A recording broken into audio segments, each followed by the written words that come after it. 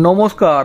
যখন কোনো একজন প্রফেশনাল চোর কিংবা ডাকাত চুরি করবে বলে ঠিক করে, তখন চুরি এবং ডাকাতি করার আগে সেই চোর কিংবা ডাকাতকেও আগে থেকে পরিকল্পনা করতে হয়।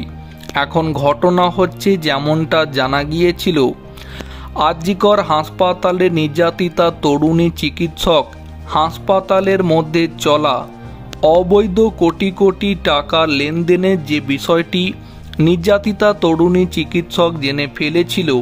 এক্ষেত্রে নির্যাতিতা তরুণী চিকিৎসককে সরানোর জন্যেও যারা তাকে এইভাবে মেরে ফেলল, তারাও বহুদিন আগে থেকেই যে এই পরিকল্পনাটা করেছিল সেটা প্রত্যেকেই জানতে বা বুঝতে পারছেন।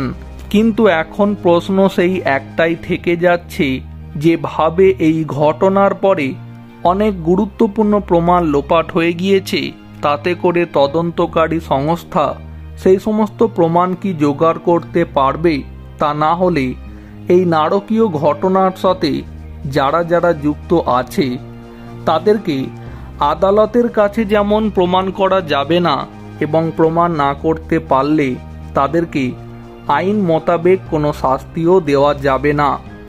এবার যেমনটা জানা যাচ্ছে তা হলো, আরজিকর হাসপাতালে নির্যাতিতা তরুণী চিকিৎসককে হত্যার পরিকল্পনা 1 বছর আগেই করেছিল প্রাক্তন অধ্যক্ষ সন্দীপ ঘোষ, এমনটাই দাবি করেছে সিবিআই।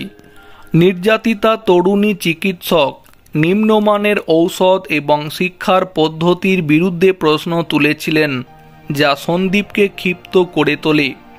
সিবিআইয়ের তদন্তে জানা গিয়েছে, তরুণীকে ভয় দেখানোর নানা উপায়ও খুঁজেছিল সন্দীপ একাধিক চিকিৎসককেও কাজে লাগিয়েছিল এই ষড়যন্ত্রে।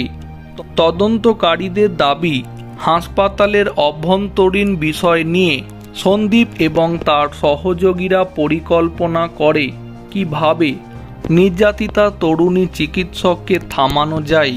তরুণীর প্রশ্ন এবং প্রতিবাদের জবাব হিসাবে তাকে এইভাবেই সরানোর পরিকল্পনা করা হয়েছিল।